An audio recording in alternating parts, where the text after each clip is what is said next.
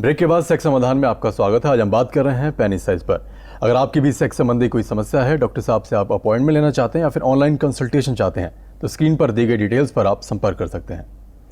Doctor साहब, break से पहले हमने बरीड पेनिस की बात की थी और आपने बताया था कि कैसे इससे बच सकते हैं और सर्जरी का आपने जिक्र किया था। तो क्या ये एनलार्जमेंट सर्जरी होती है?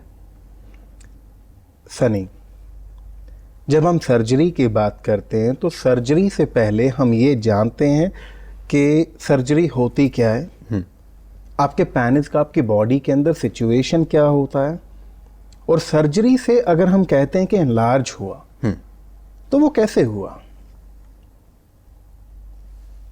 ये आपकी बॉडी है, ये आप हैं और ये आपका पेनिस है। ये आपकी बॉडी का बाहर का हिस्सा है, दिस इज योर पेनिस। अब हम साइड व्यू देख रहे हैं तो आपकी बॉडी के बाहर जो 4-5 इंच का पेनिस है, आपकी बॉडी के अंदर भी 3 या 4 इंच का पेनिस आपकी बॉडी के अंदर भी है। अब ये पेनिस पिछले हिस्से से आपकी रीढ़ की हड्डी के टेल बोन से लिगामेंट से जुड़ा होता है। आपकी रीढ़ की हड्डी पे जब भी आप नीचे तक हाथ लगाएंगे, नीचे आपको कर्व नजर आएगा, that is called tail bone. अब जो अंदर आ गया पेनिस, वो पेनिस आपकी रीढ़ की हड्डी के साथ लिगामेंट से जुड़ा होता है। जब हम सर्जरी करते हैं तो सर्जरी के अंदर मान लीजिए ये एक जॉइंट है, इसको यहाँ से कट करके इस तरीके रीजॉइन कर दिया। जब हमने यहाँ से काटा और इस तरीके रीजॉइन किया, जो ये बीच का मार्जिन आया, इससे पेनिस को बाहर पुश किया जाता है और पेनिस की साइज इंक्रीज होता है। This surgery is called phalloplasty. इससे पेनिस का साइज इंक्रीज होता है और जब भी आप ऐसा महसूस करते हैं कि आपके पेनिस का साइज कम है, आप एक अच्छे सर्जन को सिलेक्ट करेंगे, एक अच्छे सेक्सोलॉजिस्ट से पहले सलाह करेंगे, उसके बाद एक अच्छे सर्जन से ये सर्जरी करवाएंगे और सर्जरी करवाने के कम से कम 6 महीने तक आपको मैस्टरबेशन या सेक्स अवॉइड करना होता है। अब सनी, हम ये सर्जरी सजेस्ट नॉर्मली उन केसेस में करते हैं जहां पे रियल में रिक्वायरमेंट है जी। जैसे हमने बात की माइक्रो पेनिस की। जो बरीड पेनिस है, बरीड पेनिस के लिए सबसे पहले तो जो उसका पेनिस अंदर स्किन के बिल्कुल कवर है, सबसे पहले तो उस स्किन लेयर को हटा के पेनिस को बाहर निकाला जाता है। उसकी इनलार्जमेंट की तो बाद में बात आती है जी। बरीड वो केस होता है। जब हम माइक्रो पेनिस की बात करते हैं जो 2 इंच से भी छोटा है, उन केसेस में सपोज अगर एक आदमी का पेनिस सिर्फ 1 या 1.5 इंच है, अगर उसकी सर्जरी करके हम अप्रॉक्सीमेटली 2 इंच पेनिस को बाहर निकाल सकते हैं, तो 1 और 2 इंच मिलके 3 इंच हो गया and he can have a normal sex life. So ये सर्जरी वहां पे काम आती है। इसके बाद सर्जरी में ही एक दूसरा ऑप्शन होता है।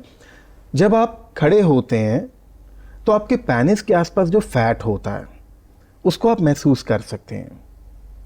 अक्सर मोटे लोग कोशिश करते हैं कि वो अपना फैट रिड्यूस करें, जॉगिंग करके, जिम में जाके, एक्सरसाइजेस करके, डाइटिंग करके। बट जो उनके पेनिस के आसपास का फैट होता है, which is called suprapubic fat, अगर वो सुप्राप्यूबिक फैट को भी हम निकाल देते हैं तो भी पेनिस लंबा होता है। अब मान लीजिए कि ये एक पौधा है और ये यहां तक मिट्टी में दबा हुआ है। हमें ये पौधा लंबा करना है। अब एक तरीका तो है कि ये वक्त के साथ अपने आप लंबा हो जाएगा, बट हमें तो अभी लंबा करना है। तो दूसरा इसका तरीका होगा, जो ये मिट्टी यहां तक है, हम इस मिट्टी को निकाल दें और थोड़ा सा ये इस तरीके लंबा हो जाएगा। उसी तरीके हम पेनिस के आसपास के जब सुप्राप्यूबिक फैट को रिमूव करते हैं वहां से, तो पेनिस कंपैरेटिवली पहले से लंबा हो जाता है। So various options are there. Even vacuum therapy भी यूज होती है जिन केसेस में पेनिस रियल में माइक्रो पेनिस नहीं होता और नॉर्मल पेनिस में ही लोग चाहते हैं कि इंक्रीज हो जाए, उनमें वैक्यूम थेरेपी भी यूज होती है। ये सर्जरी कितनी सेफ होती है? सनी, सर्जरी चाहे कोई भी हो, हर सर्जरी में कॉम्प्लिकेशन होने के चांसेस हमेशा बने रहते हैं। इसीलिए मैंने आपको कहा कि हम सर्जरी सिर्फ उसी केस में सजेस्ट करते हैं जहां पे एक्चुअली रिक्वायर्ड होती है। जहां पे पेनिस मान लीजिए 1 इंच का है, आधे इंच का है, इन केस अगर सर्जरी करते वक्त कोई भी अच्छे डॉक्टर सर्जरी कर रहे हैं, कोई डॉक्टर कभी ये नहीं चाहता है कि जब वो सर्जरी कर रहा है तो उससे पेशेंट का केस खराब हो, इंटेंशनली कभी कोई डॉक्टर नहीं चाहता है।